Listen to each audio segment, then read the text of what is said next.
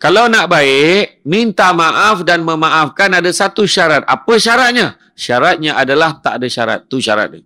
Sebab ramai antara jiran-jiran ni kadang-kadang, saudara-saudara ni dalam Islam ni kadang, kawan-kawan kita ni kadang, dia gemar. Aku boleh maafkan dia dengan satu syarat. Apa syarat dia? Bayar dulu duit aku.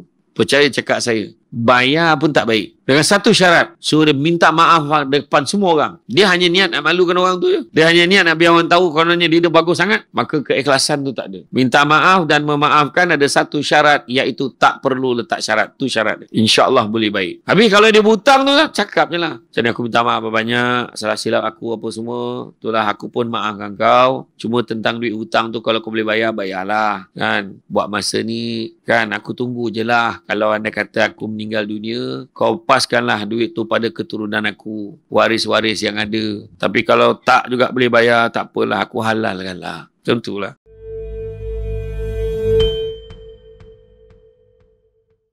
Alhamdulillah, malam ni ramai betul. Ramai, tak sangka saya. Ramai sungguh. Sampai kan kita terpaksa memberikan tiket-tiket tambahan untuk duduk dekat topi tu. Kan? Itu tiket-tiket tambahan. Kan? Topi tu pun ada. Kan? Jadi ni semua tiket tambahan. Maknanya tak disangka kehadiran malam ni mencecah 15,000 orang. Ini satu pencapaian sebenarnya. Sebab bila kita buat live ni semua, orang kena dengar berapa ramai yang datang depan saya ni. Jadi, kembalikan semangat kejiranan. Kembalikan semangat kejiranan. Ini adalah isu yang berlaku di semua tempat. Dahulu cara orang berjiran dengan hari ini orang berjiran mungkin tak sama. Disebabkan zaman telah berubah. Kan, keadaan, cara seseorang itu menyikapi jirannya pun dah berubah. Dulu kalau jiran sebelah rumah tak sidai kain pun dah risau. Apa hal dia tu, tak sihat ke, sakit ke, apa ke. Hari ni di Putrajaya bayangan berlaku dah 5 hari mati baru tahu. Dah bau busuk baru terbaru. Kan? Beza dulu dengan sekarang. Ya? Dan kalau kita tengok semangat kejiranan ini disebut dalam beberapa peribahasa lama. Kan? Bersatu kita teguh, bercerai kita roboh, itu juga merupakan satu peribahasa sebenarnya. Serumpun bak serai, sejunjung bak sirih. Ya? Kalau ikut dia ada penuh lagi, serumpun bak serai, sejunjung bak sirih, jangan dipagar nyior yang condong, kelak buahnya jatuh di halaman orang. Macam tu. Tu yang penuh banyak. Peribahasa ini merupakan rentak perbidalan membawa kepada gambaran tersirat tentang nilai persahabatan, kasih sayang, kejiranan dan menjauhkan. Jangan dipagar nyior yang condong, kelak buahnya jatuh di laman orang. Maksudnya apa? Kita sendiri pun tak lurus. Condong. Jadi kalau nak belagak-belagak sangat, akhirnya buah tu jatuh kat laman orang. Kita nakkan buah tu kena cakap dengan orang sebelah. Nampak tak? Jadi muafakat itu berkat. Ada juga peribahasa-peribahasa yang lain. Seikat bak sirih, serumpun bagai serai. Membawa maksud lebih kurang sama. Seia sekata, sehina semalu. Sekebat bagai sirih. Seliang bagai tebu, serumpun bagai serai. Serumpun bagai serai, selubang bagai tebu. Banyak-banyak. Ada banyak-banyak lagi menggambarkan. Jadi, maksudnya, ada satu lagi. Yang seerti, seciap bak ayam, sedancing bak besi. Maknanya, ayam tu bunyi dia takkan lain. Tak ada tiba-tiba mengaum ayam tu. Tak ada. Dia ciap-ciap-ciap sama.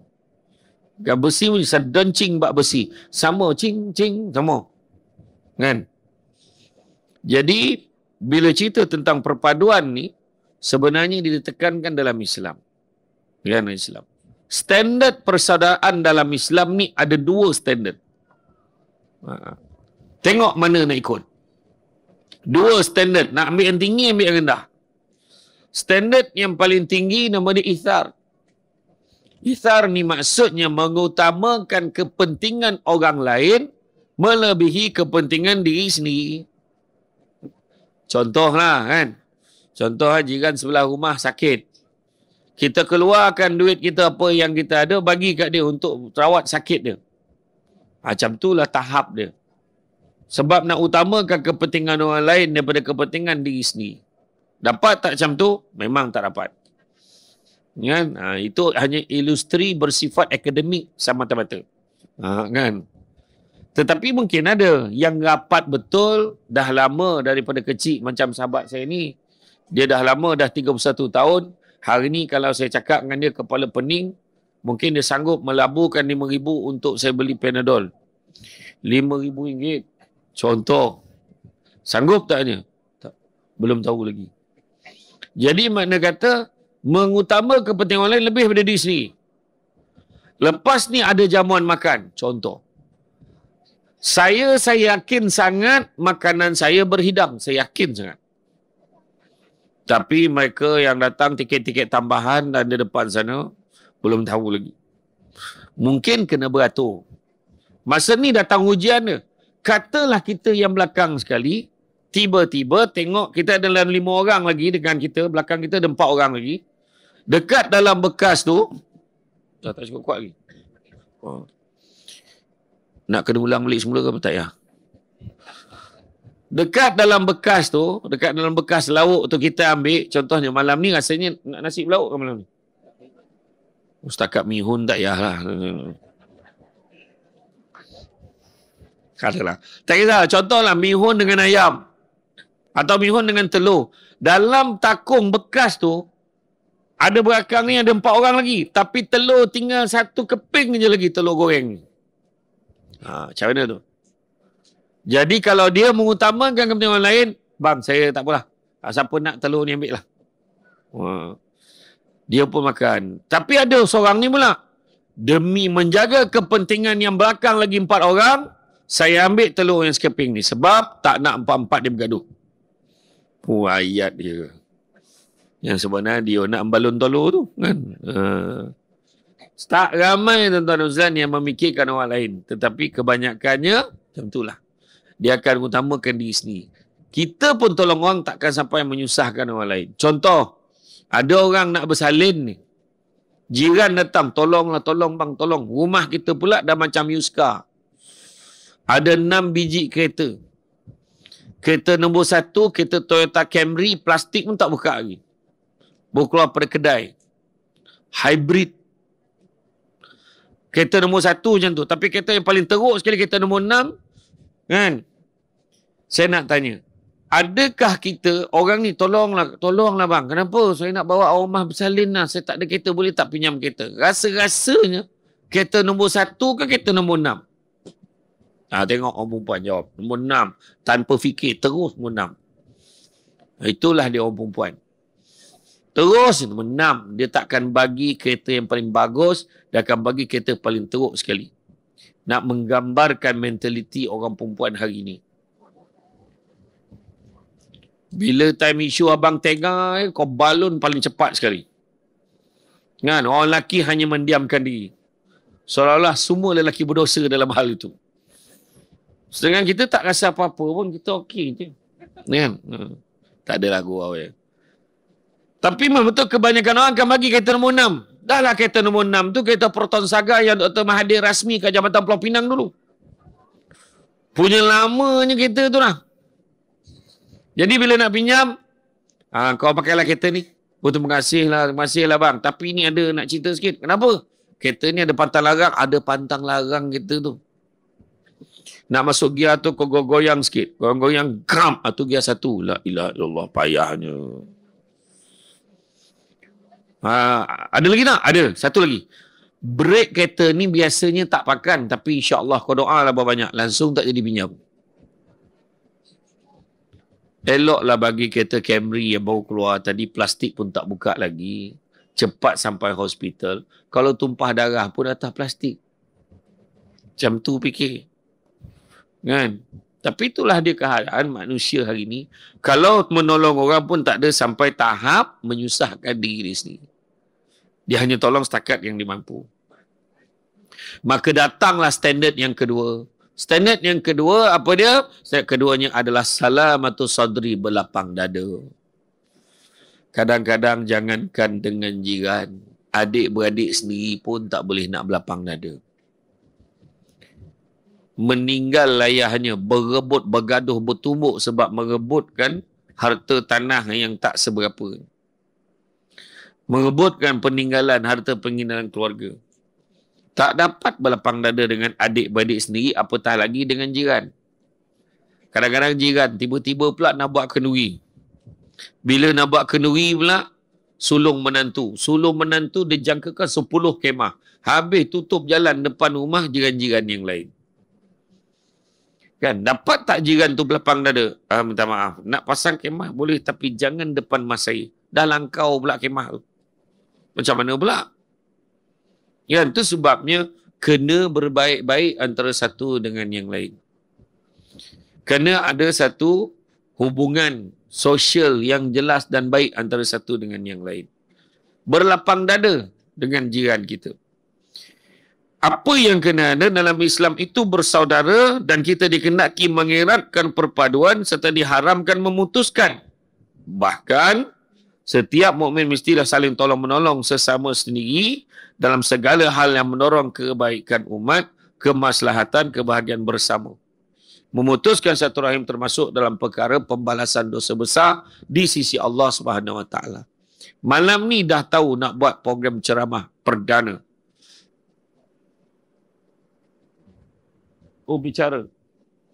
Bicara inspirasi. Kan, bicara inspirasi dah ramai dah bersedia. Tengok-tengok rupanya surau tadi penuh, tak muat tempat semayang. Jadi kena fikir dah, malam tu kalau pandang ramai sangat, macam mana nak semayang ni? Maka disiapkan tempat-tempat tambahan. Contohnya, pasang kemah ke dekat belakang surau, contohlah. Dah ready dah ni pasang kemah. 1, 2, 3, 4, 5, 6. 9 kemah. Termasuk kemah pentas utama 10 kemah. Kan? Jadi makna kata, semua ni, ini pun ada gotong royong. Mungkin ada di kalangan yang tadi kerjasama daripada siang tadi susun kursi. Kena pasang cepat sebab takut sekarang ni musim hujan. Sejak bila dah pasang kemah? Tak tahu. Pagi tadi pun pasang. Pasang cepat-cepat, takut kalau nanti hujan dah becak pula. Tapi dah mula kerja-kerja penampalan. Lubang-lubang tu tadi dah diletakkan pasir-pasir. Itu pun semua satu usaha. Satu dengan yang lain. Dan kalau kita tengok dalam bab kejiranan ini, ada 3 jenis jiran kata Nabi. Yang pertama jiran 3 hak, kedua jiran 2 hak, dan ketiga jiran 1 hak. Jiran 3 hak macam mana? Pertama dia jiran, kedua dia Islam, ketiga dia saudara mara. Maka dia ada hak sebagai seorang Islam, ada hak sebagai saudara mara, ada hak sebagai jiran. Yang kedua jiran 2 hak. Dia bukan saudara mara, tapi dia Islam dan dia jiran. Dia ada hak sebagai seorang Islam, ada hak sebagai jiran. Dan jiran 1 hak pula, dia bukan saudara mara, dia bukan Islam. Maka dia jiran, maka dia tetap ada hak sebagai seorang jiran. Nak memberitahu kepada kita, bila kata jiran tentulah ada hak yang perlu disempurnakan.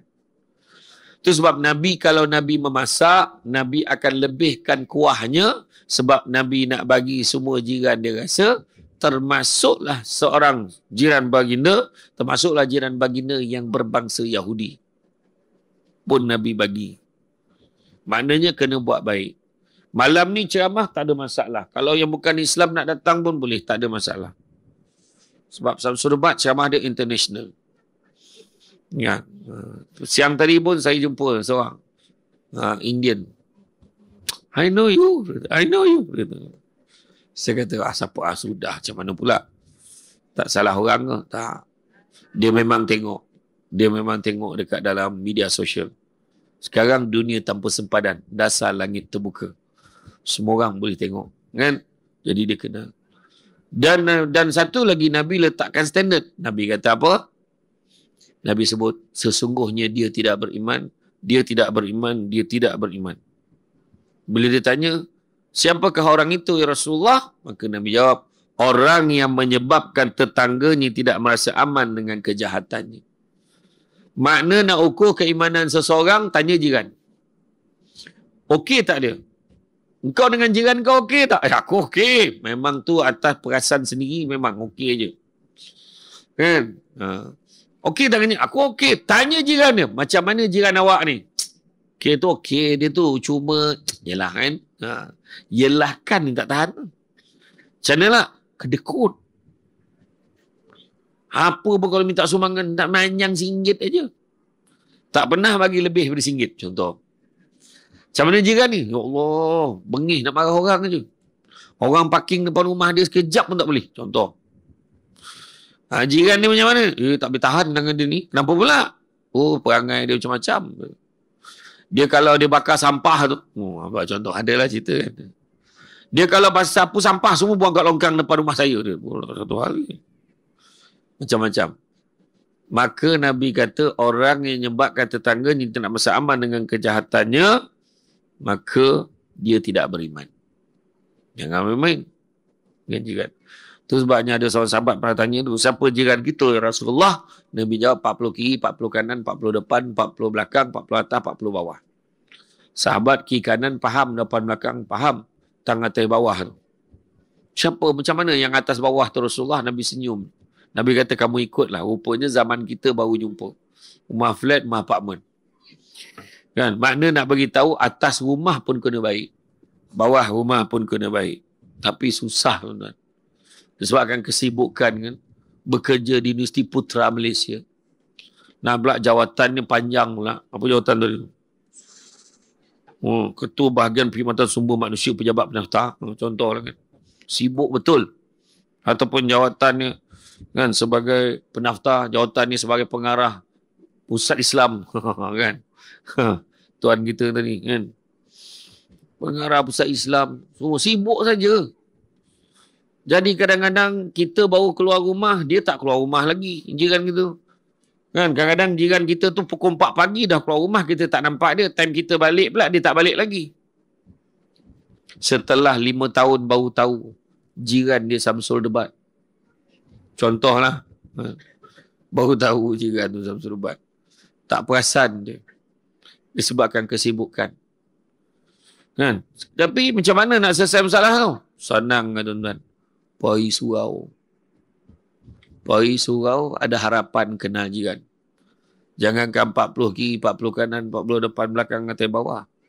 100 kiri, kanan, depan, belakang pun boleh baik. Sebab semua datang surau. Habis je semayang. Habis doa. Walhamdulillahirrahmanirrahim. Sallallahu ala Muhammad. Sambil salam ke semua orang. Nampak tak? Itu silaturahim. Jumpa dengan orang. Baik-baik dengan orang. Kan?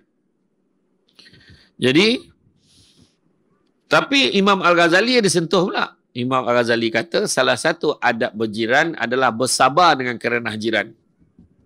Pula dah. Nabi kata tadi, tak beriman kalau kita menyakiti jiran kan. Tetapi satu standard lagi, kalau jiran tu menyakiti kita, kita pula kena buat apa? Bersabar dengan kerenah jiran. Itu adab dia.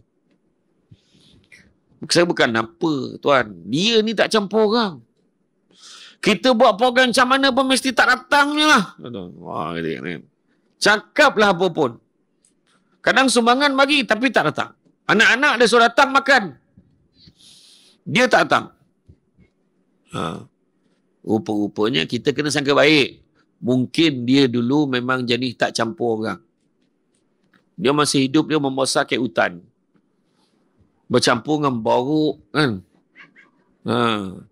Boruk, rimau kan. Seladang baik Berburak dengan kambing tu contohlah. Dengan orang dia tak pandai. Tak, maksud saya apa? Kadang-kadang memang family dia kerja ni mungkin daripada kecil. Kerjanya kejap pindah randah. Mungkin bapak dia berpangkat askar ke, polis ke. Kejap pindah sini, kejap pindah sini. Tengok dalam grup WhatsApp dia ada 18 grup sebab 18 sekolah.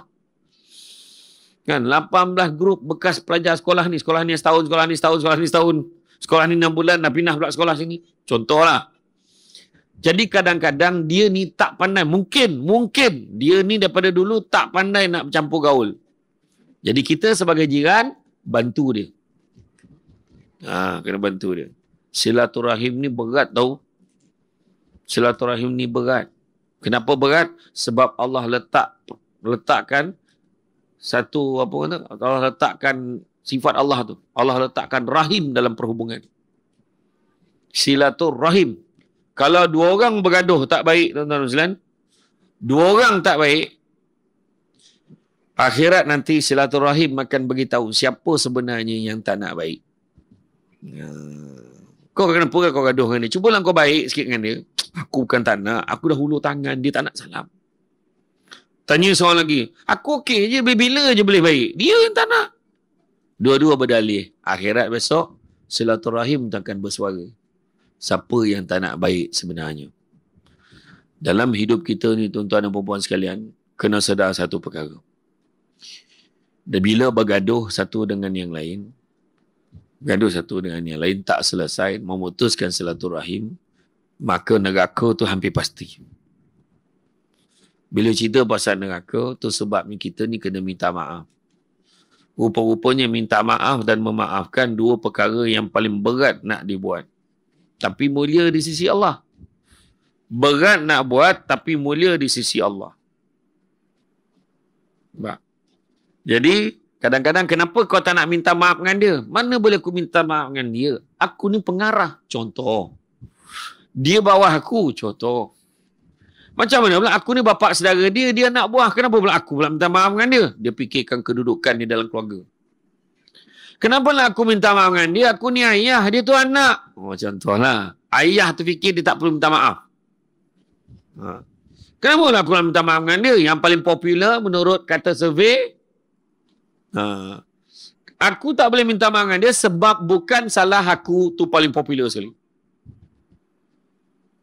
Yang memaafkan pula ada satu lagi ragam. Aku boleh maafkan tapi bukan dia. Pilih pula orang dia nak maafkan. Aku boleh maaf tapi aku tak boleh tahan lah tengok muka dia tu. Boy. Macam lah orang suka sangat tengok muka kau. Macam tu lah kan. Jadi, apa yang kita nak buat? Kita kena tolak ke tepi itu semua. Sebab apa? Sebab kita kena minta maaf. Sebab kita kena memaafkan. Kerana satu aspek tak tahu siapa mati dulu. Siapa yang minta maaf dengan orang, memaafkan orang, jangan risau, hati tenang dan lapang. Contohlah saya bergaduh dengan adalah seorang dekat sini. Contoh, bergaduh dengan sahabat saya. Bila saya bergaduh dengan sahabat saya ni, kan, dia dah minta maaf, ikhlas dengan saya dah. Minta maaf lah, banyak salah aku. Dia kata, inilah, saya pun cakap, yelah. Dia ikhlas minta maaf, dia dengan Allah Ta'ala selesai. Saya yang hanya berdalih kat mulut tadi, yelah, samalah. Tapi dalam hati saya tak maafkan dia, saya tak selesai dengan Allah Ta'ala. Ingat tu. Tu belum cerita lagi orang Melayu ni, dia ada satu ayat. Biar dia merangkak minta maaf mengaku akhirat besok. Tu popular tu. Biar dia melutut cari aku. Tadi merangkak, seorang tu melutut. Biar dia melutut cari aku akhirat besok. Biar dia tahu nasib dia. Bukan main lagi. Punya berani cakap tu. Dan kita bawa terus. Terus kita meninjau apa yang berlaku pada hari kiamat. Wahai si pulan, masuklah kau ke dalam syurga. Wah, kita pun gembira lah dapat masuk syurga. Baru nak masuk, satu malaikat tahan. Nanti dulu. Kenapa pula? Tadi semua dah scan, semua okey. Boleh masuk dalam syurga betulnya? Belum boleh lagi. Kenapa pula? Dulu atas dunia kau pernah sebut, biar orang tu merangkak minta maaf dengan kau. Kau ada sebut tak? Ada. Kau tunggu sini sampai dia sampai. Tunggu. Wahai malaikat, kau tolong semak dia dekat mana sekarang. Aku dah lama tunggu dia ni. Sekejap malaikat pun cek dalam sistem. Malaikat pun minta maaf lah, kena tunggu lama sikit. Kenapa pula? Dia tengah kena seksa 1000 tahun. 1000 tahun kena tunggu. Punca dari mulut atas dunia cakap tadi, biar mengangkat minta maaf dengan aku. Siapa suruh? Kan? Orang yang maafkan orang yang minta maaf dengan orang ikhlas hatinya, berkaruh tidur. Tahu berkaruh? Berdongku tidur dengan senikmat-nikmat dan nyamannya. Orang di 9 sebut berkaruh. Berkeruh. Tak ada apik dia berkeruh dia. Berkaruh. Kan? Dia tidur tu dengan irama yang tidak jelas. Kan? Dia macam mimpi dia tu, kalau bertidur berdengkur ni, dia mimpi dikejar binatang buruan di safari. Datangnya singa, singa, dia bunyi tu. Kemudian, dia bunyi rimau pun dia keluar. Tu kena gigit. Semua ada tu. Itu mana macam-macam situasi berlaku. Jadi tu betul yang macam-macam bunyi kita dengar. Mengunyah pun ada. Sebab dia tengah menjamah rusa tu tadi. Nah, tu macam tu lah. Jadi punya gembiranya dia tidur, dia mimpi macam-macam. Tu sebabnya jangan. Pernah kan kita, bang, dengar-dengar siapa tu dah nazak dah bang. Ada kat rumah dah bang. Tak apalah petang ni abang pergi tengok lah. Petang tu istilahnya, bang jadi tak pergi tengok. Besok lah kot. Dia tengah tengok bola pula. Tiba-tiba pula ada siaran tertunda. Besok je lah pergi. Dia tangguhkan esok, malam tu meninggal. Ayat dia, aku baru nak pergi tengok dia. Yang sebenarnya ada peluang tengok, tak pergi tengok. Nampak tak? Itu sebab jangan. Jangan terpedaya dengan muda sebab mati tak syarat tua. Jangan terpedaya dengan sihat sebab mati tak syarat sakit.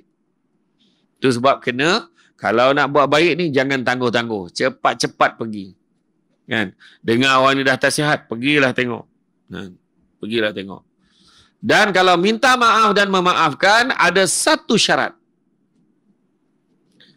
Kalau nak baik, minta maaf dan memaafkan ada satu syarat. Apa syaratnya? Syaratnya adalah tak ada syarat. Tu syarat dia.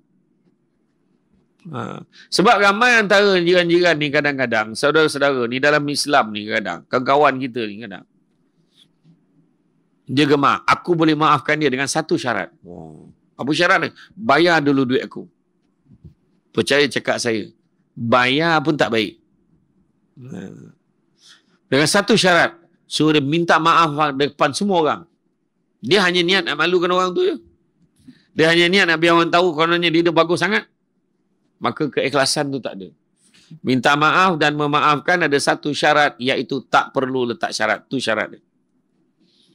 InsyaAllah boleh baik.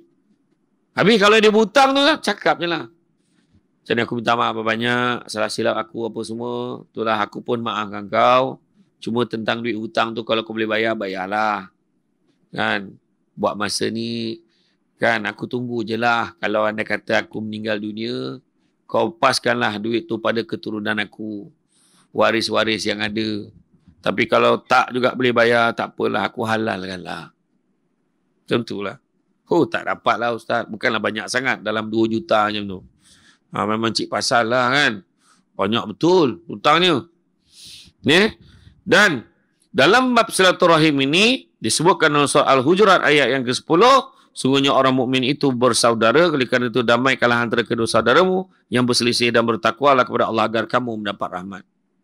Susah kalau dua orang tu bergaduh. Sampaikan pernah dalam kitab Muka Syafatul Qulub daripada Imam Al-Ghazali, Nabi datang pada sekumpulan pemuda yang tengah duduk. Nabi kata, barang siapa yang memutuskan silaturahim, sila tinggalkan majlis ini. Nabi sebut.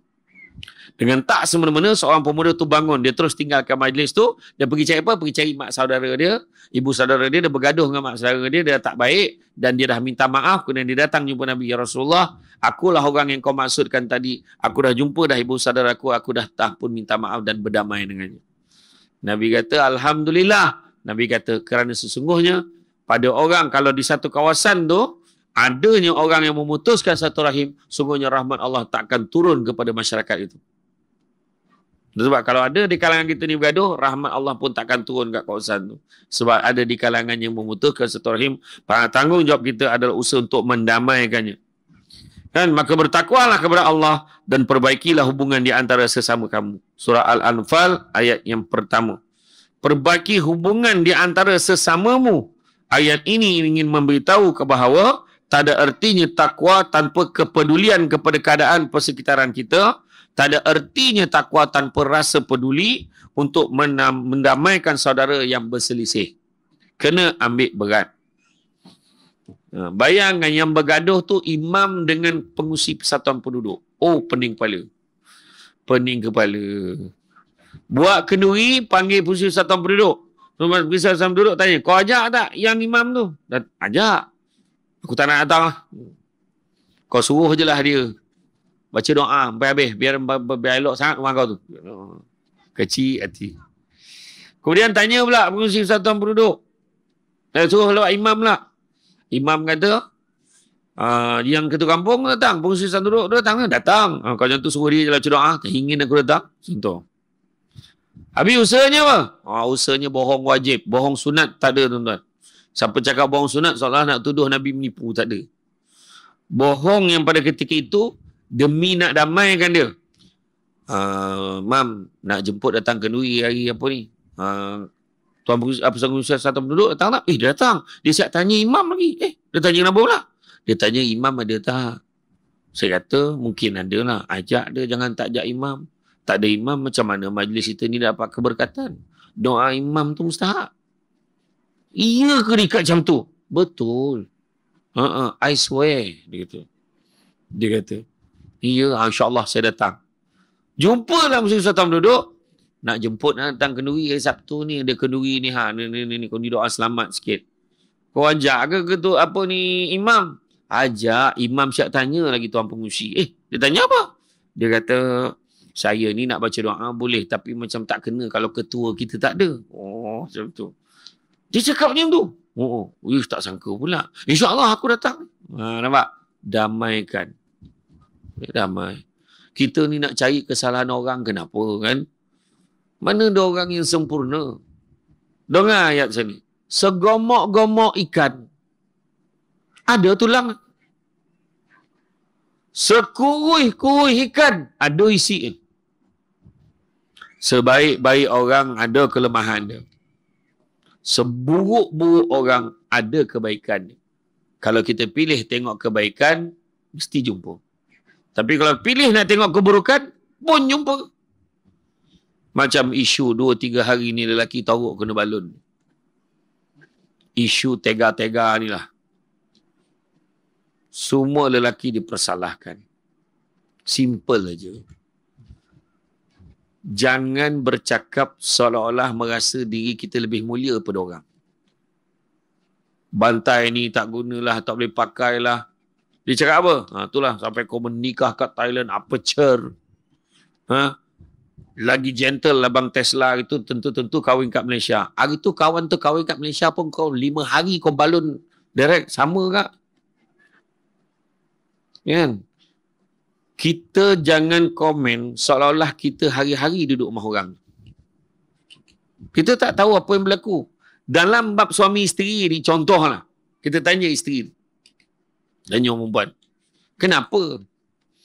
Kan? Suami saya tak tanggungjawab. Tak pernah fikir hati perasaan saya. Menyakitkan hati saya. Hari-hari tak boleh tahan. Kita dengar siannya kau. Kita tak dengar satu pihak lagi. Dengar pula suami. Apa yang saya tak bagi kat dia? Makan, minum, belanja 1,500 setiap bulan tanpa gagal. Setiap kali saya balik, saya ambil minyak picit belakang tu. Apa lagi yang dia nak? Dia tak boleh tidur kalau tak gol-gutak usik-usik, tak main-mainkan telinga dia tu. Saya mainkan telinga dia setengah jam baru dia tidur. Apa lagi nak saya buat? Contoh. Lah, betul juga dia ni. Maknanya dalam rumah tangga, kedua-duanya main peranan. Itu sebab saya pesan tu, janganlah gemar sangat keluar statement dalam media sosial. Suami isteri. Kan? Jangan. Tak usah. Oh, perempuan ni pula kan. Saya baru, tak lama lagi, minggu depan tolong tengok saya punya video yang terbaru akan keluar tentang video respon SD tentang penyakit Ain. Semua nak share dengan orang. Macam kau seorang ada lelaki. Macam kau seorang ada bini. Macam kau seorang ada anak yang lawa. Semua nak tunjuk dengan orang. Kenapa? Benda tu mengundang penyakit Ain. Penyakit ain ni boleh bawa maut tau. Bila ramai sangat mendoakan benda tak elok untuk orang. Kenapa nak tunjuk-tunjuk kat orang? Kenapa nak tunjuk kat orang? Apa sal? Pegang tangan dekat handbrake. Ambil gambar. Kaulah segalanya. Boy. Asal nampak lelaki handsome je, imamku. Boy. Asal handsome, imamku. Yang tak handsome tu, pengusi akhirat kematian. Pengusi KRT. Pengusi apa? Ronda. Apa? Rakat apa? Ronda. Apa? SRS. Skim rondaan sukarela. Allahu Akbar. Tunjuk tu. Tunjuk barang yang dia dapat. Tunjuk makanan. Semua guna. Tu sebab di negara Arab, kita tengok. Di Mesir misalnya, bayi yang baru lahir tu dia tulisnya alif lam lam ha Allah dekat dahi budak tu, tulis pakai bukan permanent marker lah. Dia pakai celak ke pakai apa, tulis alif lam lam ha Allah. Ada yang tulis subhanallah supaya bila orang puji anak dia ingat Allah. Jangan sampai macam tu sekali. Ini tunjuk terima kasih atas kurniaanmu ya Allah dengan kelahiran bayi yang comel ini. Dan menyerikan lagi kehidupan kami. Yang membaca tu pula orang yang dah 18 tahun cuba nak beranak. Sudahlah, macam kau seorang beranak. Jalan lah kau. Tengoklah, banyaklah masalah budak ni. Kembung budak tu. Menangis tak berhenti budak tu. Macam-macam. Doa tak baik sampai kat dia. Tu sebab semua benda nak tunjuk ni kenapa? Untuk apa cakap? Dulu kita zaman kita ambil gambar. Ambil gambar pakai Kodak Fuji Color. Pakai filem. Dah cuci gambar tu kita buat apa? Tampal kat papan kenyataan surau biar satu dunia tengok Tak, semua masuk dalam album. Kita dengan family kita je boleh tengok. Dan sekarang ni jadi rasa tak puas kalau tak share. Agaknya jadi macam tu. Di negara Arab, di Mesir, sampaikan kereta baru keluar, dia orang cakar, dia orang calarkan. Sebab biar dia buruk, biar dia berabuk, berdebu, jangan berkilat sebab takut penyakit ain pada jiran dia. Sampai macam tu sekali. Kita pula. Nabi sendiri ajar kita, kalau kita bab adab, bawa makanan, bawa balik rumah. Katalah kita beli ayam. Beli ayam goreng. Ayam goreng yang logo dia warna merah tu, yang ada orang tua rambut putih pakai cimata tu. Yang orang sekali masuk ngendap-ngendap je pergi beli. Sebab takut orang viral kan. Kan? Tengah boykot ni. Kan? Jadi dia pun beli. Bila dia dah beli, Nabi pesan kalau bawa makanan, hendaklah sembunyikan dari penglihatan jiran kamu. Melainkan kalau kamu ingin berkongsi sedikit dengan mereka. Nabi tu. Kalau kamu tak nak bagi, sembunyikan daripada pandangan mereka. Dan kalau beri anak kamu makan, jangan makan di hadapan rumah kerana takut anak jiran nampak mereka menangis nakkan makanan itu. Sampai macam tu sekali Nabi ajar gitu. Kita pula hari ni share. Alhamdulillah. Gambar peha ayam. Allahu Akbar. Besar sungguh nikmat yang kau berikan pada kami, ya Allah. Drumstick pula tu. Macam tu kan saya tulis kan. Macam mana tak sakit hati orang lain. Itu yang makan sakit perut pula lepas tu. Macam-macam. Ada seorang tu, perempuan tu, rambut panjang, cantik, mengurai. Orang cakap, dia tunjukkan ke orang. Banyak doa-doa tak elok. Lepas tu apa jadi? Mengurutut dalam ni, gambut gugur. Lepas tu bernanah, bau busuk. Berlaku. Semua benda nak share. Tadi belum start ceramah tadi, budak-budak ni dah berebut nak ambil gambar dengan Samsul Debat. Lepas tu nak share kat semua orang. Alhamdulillah. Pak jumpa Samsul Debat depan-depan. Tak tahulah gambar belakang-belakang macam mana pula. Tak tahulah. Itulah ayat dia depan-depan. Lepas tu kejap-kejap tengok komen. Allah, tak ada orang komen lagi lah. Dia tengok. Oh, ada komen lah satu. Untunglah. Tu ada orang komen. Rasa seronok tengok komen macam tu. Kan? Ini penyakit ini. Kan? Untunglah. Yang seorang pula tak tahu pun. Yang seorang, kat mana ni? Dekat kawasan perumahan kita orang. Sebab datang tempat kita. Lepas tu dia pun seorang nak balas. InsyaAllah dia datang tempat kita pula minggu depan. Dia kata, berlawan dekat situ. Dia dengan Ira Kaza macam mana sekarang? Dah aku pula kena. Bertukar pula. Apa halnya kan? Contoh, tak dapat aku jawab soalan tu. Hari tu boleh masa saya awal tahun itu. Saya camah dekat bomba hantu masa tu balik daripada umrah kan. Boleh dia komen. Hari-hari camah pasal kahwin, sudahnya dia yang kahwin. Saya dah lama dah kahwin. Dah lama dah. Bukan baru-baru ni. Tapi entahlah. Orang gemar mengaitkan kita. Macam tu lah. Hati-hati. Sekarang ni nak berlakon. Kalau dulu berlakon kan ada screen test kan tak payah dah. Pakai handphone sendiri, record sendiri dia boleh berlakon. Walaupun lakon ni memang ke laut lah lakonan itu. Tapi yang penting dia dapat share kat orang. Sedapnya air ni. Follower seorang suami dia. Saling komen-komen lah. Bahagia rasa bila suami dia komen. Mantap lakonan isteri abang ni. Thank you sayang. Wah, laki bini. Berdua je dalam tu. Memang berdua je. Follower seorang, like seorang. Yang ada seorang lagi. Tu pun kena paksa. Paksa anak sulungnya like juga. Betul lah.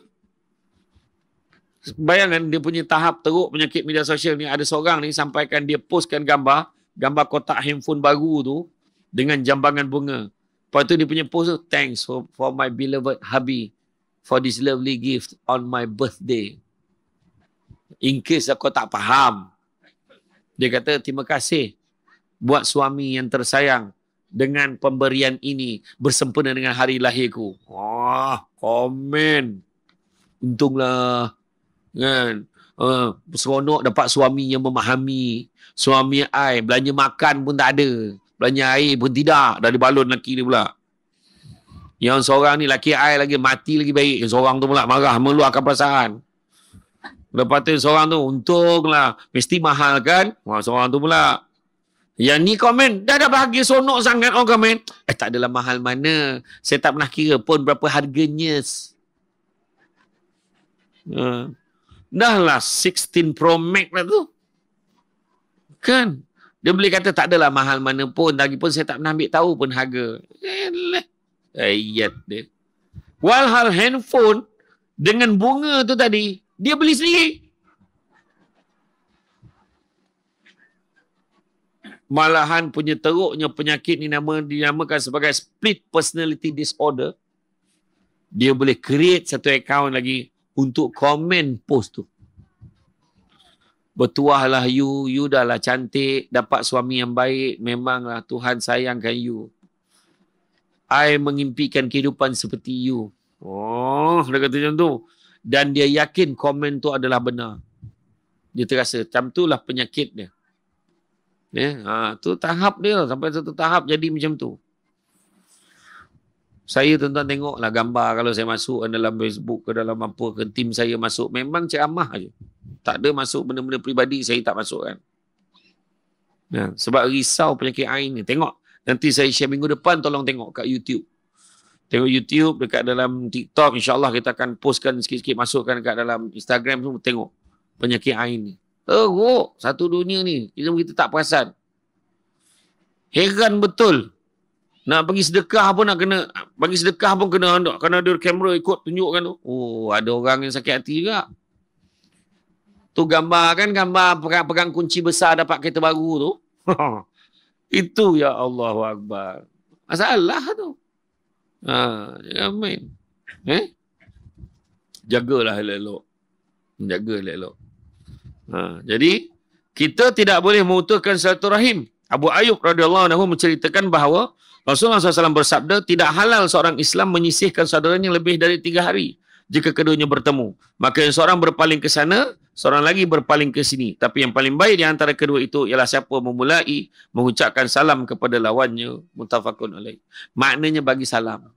damaikanlah. Salam. Orang Arab kalau bergaduh ni dekat Mekah ni, dekat tempat taksi tu bergaduh. Nak bertumbuk dia. Jerit dah. Sallu ala Nabi. Allahumma salli ala Muhammad. Peluk dia. Tak jadi dia gaduh. Ya. So, selawat. Orang kita, selawat. Tak ada lagi tahu dia bergaduh tuan. Orang kita ni. Kan? Asal bertumbuk, biar dia sampai habis. Kata, kan? Tu orang kita pula. Jadi, anjuran kita adalah untuk muhasabah diri. Tengok. Kan? Kita kat mana kedudukan kita dalam masyarakat. Kesan memutuskan silaturahim. Pertama, segala amalnya tidak berguna dan tidak berpahala walaupun kita dah beribadah dengan bersungguh-sungguh, penuh keikhlasan siang dan malam, tapi apabila memutuskan tali silaturahim dan menyakiti hati orang Islam yang lain, maka amalannya tidak ada artinya di sisi Allah Subhanahu Wa Taala. Nauzubillah, minta jauhkan. Kedua, amalan salatnya juga tidak berpahala.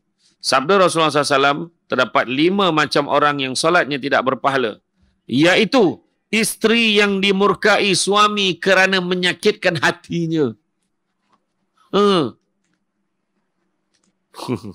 Yalah, ada marah.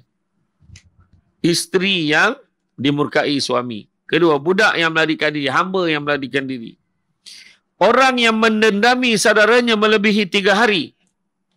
Meminum arak dan imam salat yang tidak disenangi makmumnya. Maknanya, ini 5 golongan. Termasuklah tadi yang memutuskan silaturahim. Kemudian, ketiga, rumahnya tidak akan dimasuki malaikat rahmat. Sabda baginda sallallahu alaihi wasallam, sesungguhnya malaikat tidak akan turun kepada kaum yang di dalamnya ada orang yang memutuskan silaturahim. Keempat, orang yang memutuskan tali silaturahim diharamkan masuk syurga. Sabda Rasulullah SAW, terdapat 3 orang tidak akan masuk syurga. Orang suka minum arak, orang memutuskan tali silaturahim, dan orang yang membenarkan perbuatan sihir. Pergi tukang tilik, pergi jumpa dukun. Dukun yang gambar menilik-nilik. Ni ada orang buat dia ni. Cepat dia cakap. Yang pergi tak percaya, dosa. Yang pergi percaya pula, syirik. Ya, memang. Ya. Kan? Jadi, kita tak nak bersaudara hanya di atas dunia saja. Kita nak sampailah ke yaumul akhir. Jaga hubungan satu dengan yang lain. Kan? Jaga satu. Buang pertama, buang perasaan tamak. Jangan tamak, kongsi tak apa. Faham? Faham tak orang perempuan ni? Jangan tamak, kongsi tak apa. Boleh faham tak agaknya maksud? Faham ya? Maksudnya, jangan tamak kongsi ni, kongsi benda-benda yang baik. Jangan sangka buruk. Saya tak cakap benda-benda lain. Contohnya dapat ilmu, share dengan semua orang. Dapat makanan, rasa tak habis, kongsi dengan kawan-kawan. Nampak? Dapat berita makluman tentang ni. Hari ni ada program ceramah ni. Ada yang tak perasan, maklumkan dekat semua. Dekat grup-grup share. Alhamdulillah. Kita dapat ramaikan ni. Alhamdulillah. Ramai betul. Tadi 15,000. Ni dah cecah 20,000. Makin ramai orang datang. Semakin menakutkan. Kan? Jadi, jaga. Kan? Buang perasaan tamak. Yang kedua, jangan sombong-sombong. Nak sombong dengan apa? Bergaduh-bergaduh, sombong, belagak. Sudahnya bila sakit, jiran tu yang tolong bawa kita pergi hospital. Kita marah-marah dia, kita maki hamun dia. Rupa-rupanya anak kita dekat sekolah belajar jadi pandai sebab belajar dengan anak jiran yang kita marah hari-hari tu. Sebab tu sebabnya jangan, dunia ni kecil benar. Kecil benar dunia ni. Kan? Dan dunia ni sementara sifatnya. Jangan sombong. Nak sombong apa? Samsul debat nak sombong, tak payahlah. 3-4 tahun lagi, Samsul debab, Samsul debik, Samsul debuk, semua keluar. 2-3 tahun lagi mungkin saya dah tak ceramah lagi. Kan? Ada orang lain pula. Ni adik, mana budak-budak muda tadi dah hilang dah. Budak-budak kecil tadi. Dihalau akak-akak ni. Tak ada. Budak-budak tu tadi kan. Tadi ramai budak tu. Tak salah. Lagi dah. Tadi budak-budak tu ada situ. Jajak salam saya. Jajak salam saya. Saya kata okey lah. Tak boleh. Lepas tu tengok ada masa pergi semayang dululah. Saya nak jamak kan. budak tu pun pergi semayang. Tadi kau tak semayang kan? Kan, kenapa kau tak semayang tadi? Ha. Kan? Dia pun pergi semayang. Tak apalah. At least dia pergi semayang. Baguslah. Kan? Yang seorang tu pula, perhati saya semayang. Ada pula. Kan? Ha. Jadi pengadil pula dia kat luar tu. Kan? Tapi itulah. Kan? Makna kata kita jangan sombong-sombong. Tak ke mana pun. Nikmat yang Tuhan bagi kat kita ni sementara je. Kan? Sementara yang penting kita syukur. Itu je. Dan yang ketiga, jangan dengki. Dengki bahasa Melayu, bahasa Arabnya hasad. Punya teruk di Malaysia ni, dua-dua pakai. Hasad, dengki. Tak puas hati je dengan orang. Kata Ustaz Syed Abdul Kadir Al-Jufri, kalaulah sahabat-sahabat jiran kita dapat kegembiraan, kita tak rasa apa-apa, maknanya dengki dah ada. Jadi sepatutnya yang kena ada standard dia, kawan-kawan dapat kegembiraan, kita gembira sama. Dengar-dengar ni, jiran kita tu, itu dah melahirkan anak. Alhamdulillah. Ya ke? Dia dah balik hospital pun? Belum lagi. Katanya dalam 2-3 hari jugalah. Kata babynya tu kuning. Teruk sangat. Oh ya ke? Oh yelah. Jadi dia gembira sama. Dengar-dengar si siapa tu dapat naik pangkat. Dah jadi pengarah pusat Islam sekarang ni. Contoh. Dah itu je name card aku ada tadi. Kejap tengok tadi. Kejap. Ya tadi kan. Tuan Zuhaimi Abdul Rahim. Tu dia kan. Ni Puan Insinyur Maznah binti Sahran. Pengarah pembangunan dan pengurusan aset. Universiti Putra Malaysia. Macam tu. Dengar-dengar dia dah naik pangkat. Jadi pengarah pembangunan dan pengurusan aset. Ya Allah, ya ke? Baguslah. Besok papal senang minta tolong dia. Macam tu. Tapi kalau dengar dia dah jadi pengarah pusat Islam. Tengoklah berapa lama. Tu dengki. Itu dengki. Itu confirm. Tu dengan ni Puan Maznah kita tu dah naik jadi pengarah pengarah pembangunan, pejabat pembangunan pengurusan aset. Kau tak tahu ke dia dengan bos macam mana pula? Dah dengki.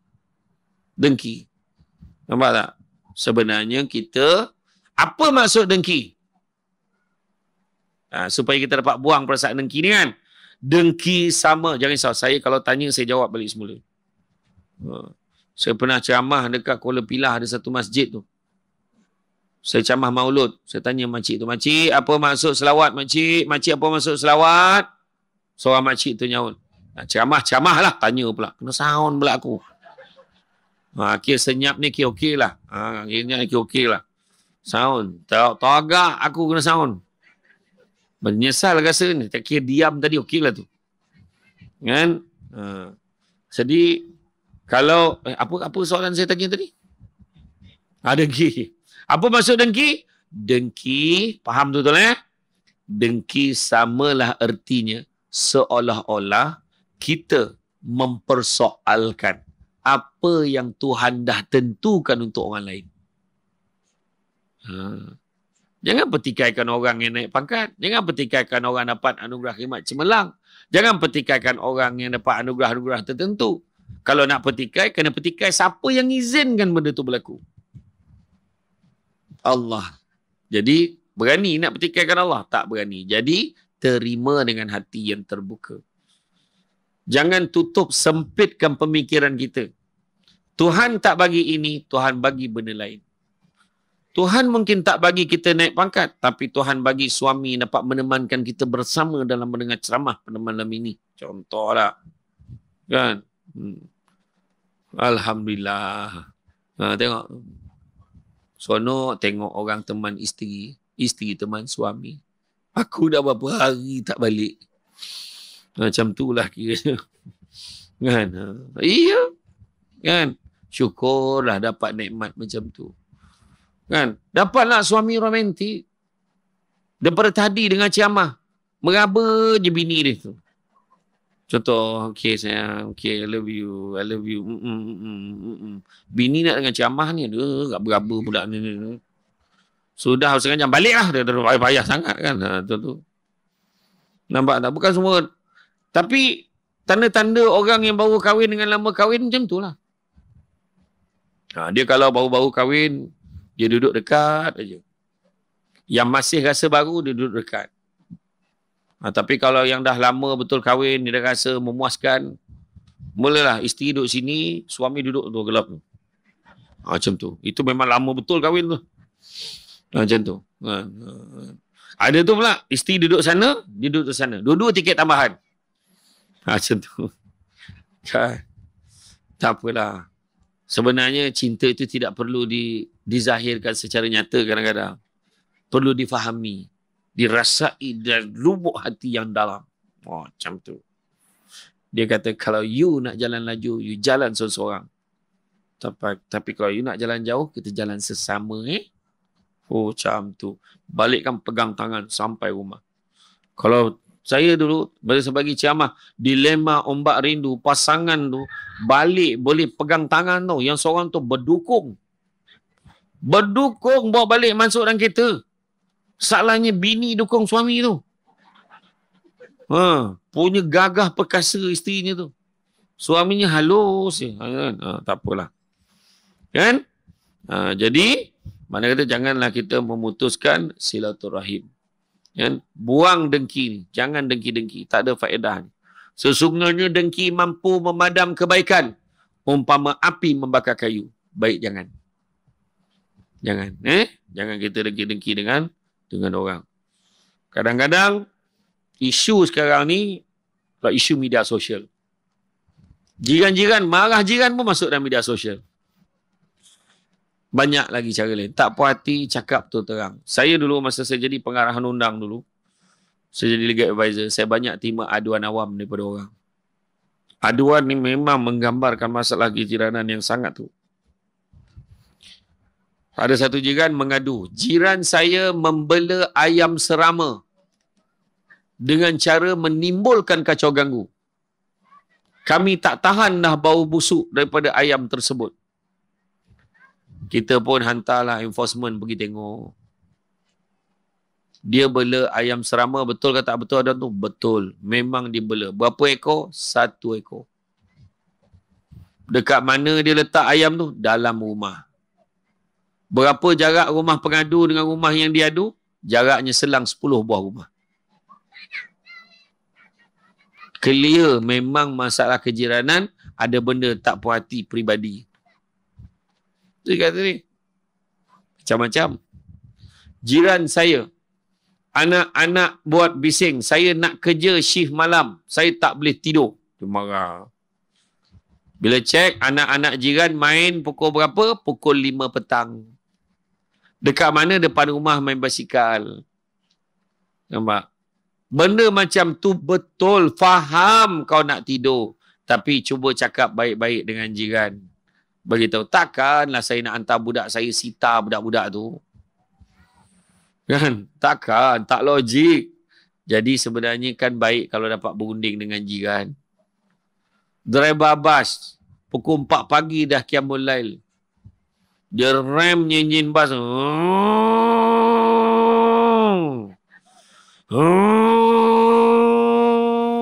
Isteri pun dah tak confirm dah. Ini bunyi suami aku ke bunyi bas ni? Kan? Jadi jangan menimbulkan ketidaktenteraman kepada masyarakat. Ada satu kes ni. Jiran ni. Kawasan kejiranan ni, dia buat gated and guarded. Gated and guarded, tahu? Kan? Masa berduduk pindah, rumah tu tak ada palang pun. Tapi muafakat penduduk tu semua, masa tu dah ikutkan rumah tu ada lebih kurang dalam 600 unit ke macam tu. Tapi dalam 200 lebih dah diduduki. Dah diduduki, 200 lebih. Jadi yang 200 lebih ni, apa kata kita pasang palang, buat gated and guarded, kita bayar maintenance, kita letak pengawal keselamatan sebab nak mengelakkan masalah kecurian. Maka di kalangan 200 orang ni setuju. Tengah-tengah buat, dah berjalan bulan pertama kedua, okey, tiba-tiba datang seorang jiran. Jiran baru berpindah. Jiran ni tak suka sebab dia tengok dalam agreement, sale and purchase agreement dia tak ada pun cerita konsep gated and guarded. Jadi dia kata, buka palang tu. Ini hak saya. Kebebasan pergerakan saya dibatasi dengan palang ini. Amboi ayat tu. Dia buat surat, dia hantar salinan kepada menteri di Jabatan Perdana Menteri. Dan juga menteri dalam negeri. Dahsyat. Dia punya ayat tu menggerunkan. Sedangkan menteri-menteri tadi seorang pun tak kenal dia. Bila buat macam tu, Persatuan Penduduk pujuk dia. Alah, bukan bayar mahal pun. RM50 je sebulan. Kita nak jaga. Tak, saya tak nak. Ini hak saya. Bayangkan, yang seko ni. Yang lahir salah hari bulan ni. Maka lepas tu Persatuan Penduduk pun mengalah. Macam ni lah tuan. Ini access card. Kami bagi 3 keping access card untuk touch supaya palang tu terbuka. Jadi dengan ni kami dah bersetuju, dah mesyuarat semalam, kami setuju, tuan tak perlu bayar apa-apa pun bulan-bulan. Tuan ambil lah kad ni secara percuma. Tahu dia kata apa? Aku tak nak. Aku nak kau buka juga palang. Bayangkan. Macam tu lah bangam jiran yang sekon. Menyakitkan nanti. Menyusahkan semua orang. Betul. Dia fikir dia ada hak kan. Tapi itulah dia. Memang betul lah dari segi perundangannya dia ada hak. Itu sebabnya susah kalau orang nak buat gated guarded mesti daripada awal lagi dah diputuskan sebelum rumah tu naik dah duduk baru sibuk nak buat, memang susah, banyak masalah nanti. Jadi tuan-tuan dan puan-puan sekalian, saya faham tu renungan cara pandang tu saya faham. Tenung tapat ni tak beranjak tu, itu satu kemungkinan yang memungkinkan kalau seteruskan ceramah ini akan berlaku malapetaka dan huru-hara debuah macam-macam. InsyaAllah, mudah-mudahan kita ambil lah yang terbaik. Apa yang saya sampaikan tadi, cantik dipandang rumah penghulu, kayu tu okey dari papan. Alang-alang menuntut ilmu, sebutir pasir kembangkanlah menjadi intan. Jadi, terima kasih banyak. Kita jumpa lagi. Assalamualaikum warahmatullahi wabarakatuh.